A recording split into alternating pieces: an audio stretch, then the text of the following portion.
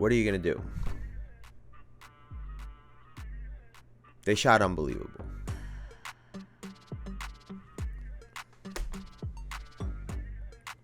People want to talk about injuries. Yeah, moving forward. And prayers to Jalen Brunson, his hand, speedy recovery.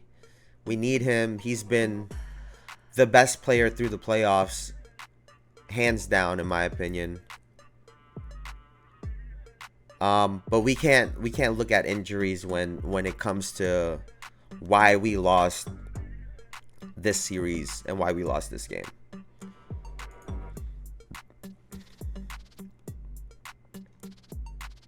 $70 points in the first half. 70 points.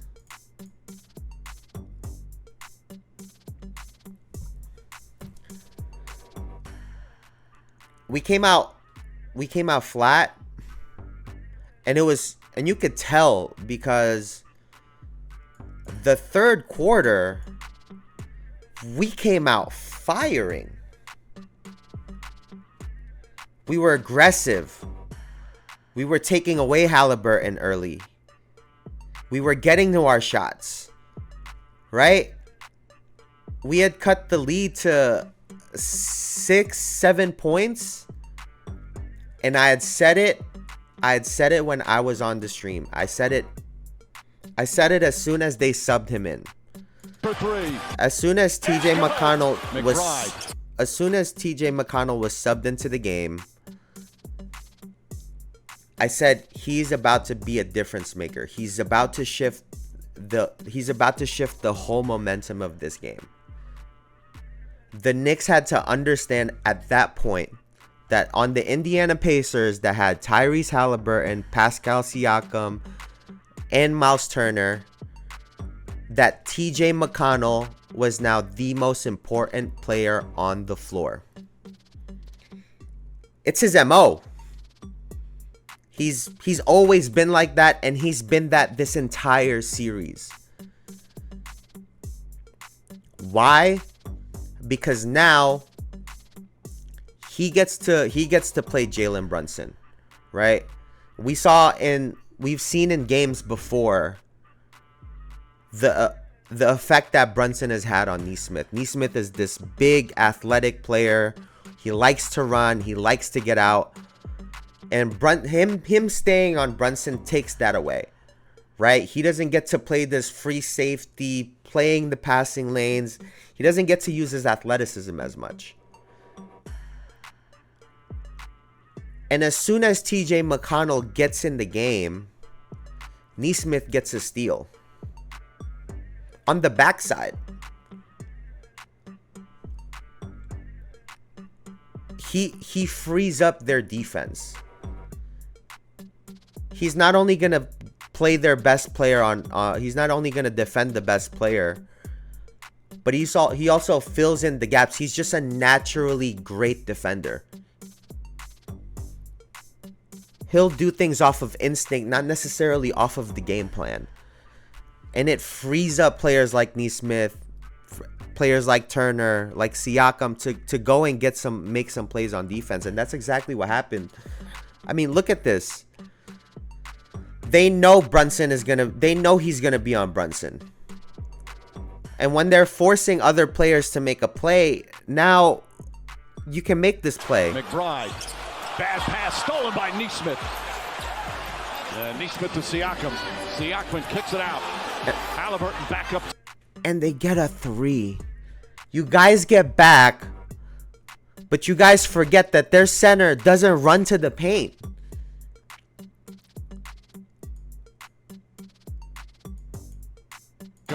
Look, he's not even thinking about... The ball is below the free throw line, or at the free throw line. He's not even thinking about getting in the paint. You guys have to know this. Siakam kicks it out. Halliburton back up top. Turner gets a clean look for 3. Got it from 3-point. That has to be Hart. Hart has to get out on that, right? The rotation here has to either be... I mean, well, obviously Hart falls to the floor, but someone has to rotate to him. And kicks it out.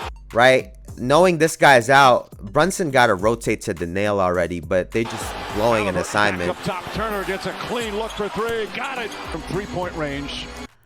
And then in this possession, Point range. Hart has to pick him really high because McConnell's gonna try to get over on the screen. He's never gonna go under. He's gonna force you as the offensive player to play it tight, right? And obviously they don't get shoulder to shoulder. He's trailing him hard, right? And just active hands by Halliburton, but again, gets opened up because McConnell is on the floor being aggressive, being a pest. He just has that effect, forces the offense to play quicker than they want to, and they get out on a run. Brunson turns it over. Halliburton, good hands. Lays it up and in. This is a timeout. Timeout, right? Timeout, obviously.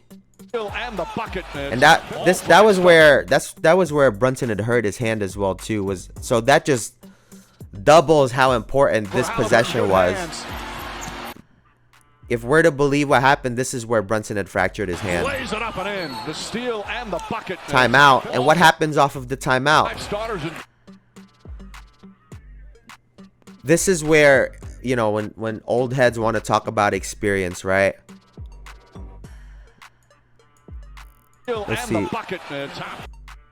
1, 2, 3. You still got 2 seconds, bro. And yeah, someone's gonna blame Brunson.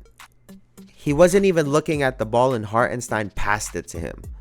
They're both at fault here, and I witnessed the breakdown in real time, and this was on consecutive possessions. This shit started from the 6:03 mark to the 4-minute mark. Yeah, 2 minutes, the game was over. I knew the game was over. Here's for the Pacers.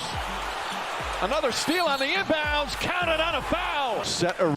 The game was over at that point. That's why I didn't even put anything after. Halliburton had an excellent first half. He's their best player, you know, when he's being aggressive. TJ McConnell won that game last night. And we'll get to this in the Minnesota game. It was a similar situation, and I was talking about it while the game was going on. We had cut it to 7 or 6 points. At that point, your whole objective from that point until the end of the third quarter is to keep the game within that range.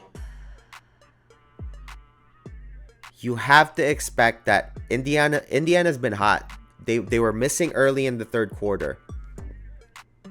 You have to expect them to make some kind of run soon. And you either stop it or you slow it down and then you make a run. Basketball's a game of runs. You have to know what's coming, right? You see TJ McConnell coming into a game, there has to be an immediate set to put his ass on the floor. It's game 7. You know what he's going in there to do. Relieve that pressure. I was saying it. They were trying to give this game to the Knicks early in that third quarter. They were calling ticky-tack shit like 50-50 balls that were touched. They weren't even hesitating. Knicks ball. And we were making a run. But the players, the coaches, you have to recognize that TJ McConnell is in the game. Someone else has to bring the fucking ball up. And the first action that McConnell has to have is a hard pick. It's these little details that makes the difference. The game was right there, and I'm not saying we would have won the game, because I always talk about how hard it is to come back, right? How much energy it takes. Sometimes players and teams just gas out at the end because they've spent almost all of their energy on the comeback. playing extra hard on defense, running hard to get open on offense. You know, they're playing at their max capacity instead of, you know, taking certain possessions off, playing the rhythm of the game. That's the difference with a comeback. That's why sometimes shots fall short. Guys just are tired. But the fact that it felt like they weren't prepared for that was the shocking part to me. Which leads me to the other thing.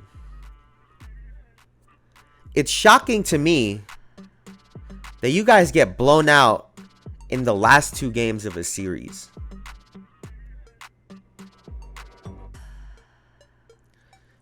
You blew out Indiana in game 5. And they came right back game 6. You guys have to be more aware of this. Gotta be aware of the situation. You gotta be aware of the moment. You guys were champions in college. You guys had made that run multiple times. You know how important runs are. You guys had to understand that Indiana was going to come out here and be aggressive.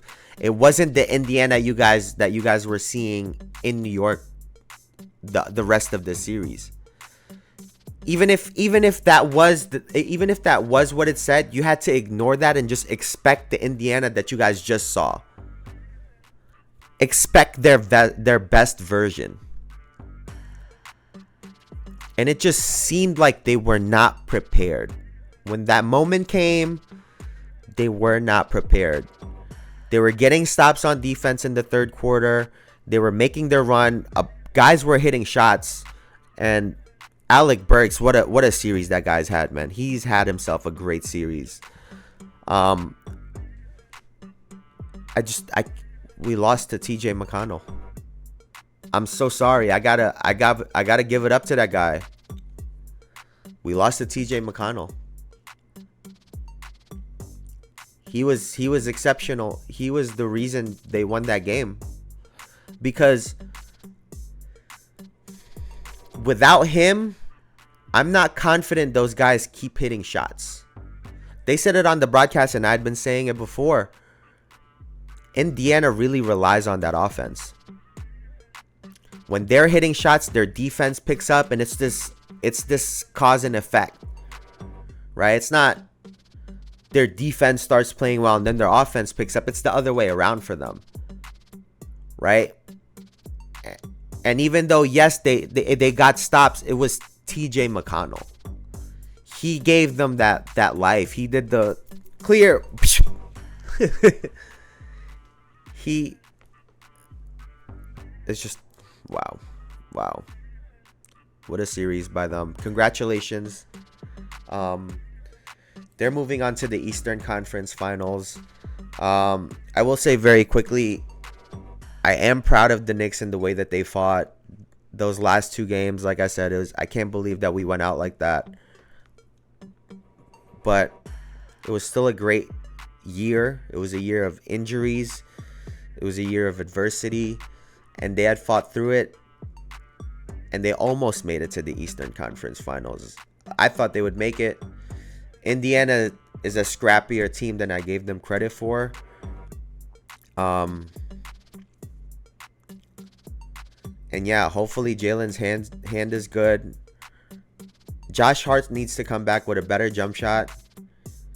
And we need more size on this team. It's at the end of the day, that's really what it comes down to. We need more size on this team.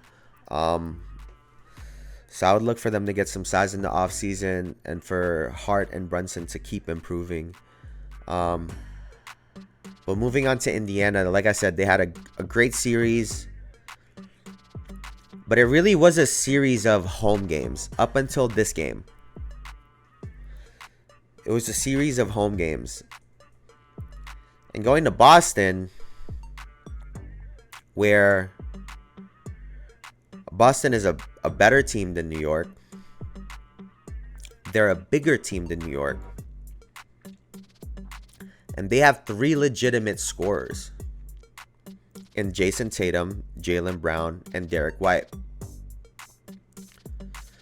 and their defense has shown to be real solid. I think Indiana's going to have a hard time. Excuse me. I give them one game. And I know I said this last time around. I think that Boston series goes 5 games and they win 4-1. Because this Indiana team can get really, really hot. And like I said, when they're hot, their defense picks up and it's a domino effect for them. So I expect Boston to come out on top, but I do think that Indiana, if they get hot going, can give them a hard time. The difficulty in that is Boston has size, like I just said. Who's going to guard Tatum? You're going to be forced to put Siakam on him, right? And if you have Siakam on him, you'll have to put Nesmith on. You have to put Nesmith on Jaylen Brown. I don't know if I like that matchup for Nesmith. Brown is much bigger than Jalen Brunson. Halliburton, I think Drew Holiday can do a good job on him one-on-one. It felt like everyone was too small for him on the Knicks. Dante was too small. Brunson was obviously too small. McBride seemed too small. Drew Holiday is going to do a much better job on him. And Derek White, right? Halliburton's going to have to guard one of those guys. And then Miles Turner is going to be tasked with having to deal with Al Horford, who could also stretch the floor. And what's the other dude name? I don't know if Porzingis is going to be playing, but I think that's going to be a really tough series, bro. My nose is so fucking itchy right now. I don't know why. But I expect Boston to win that series.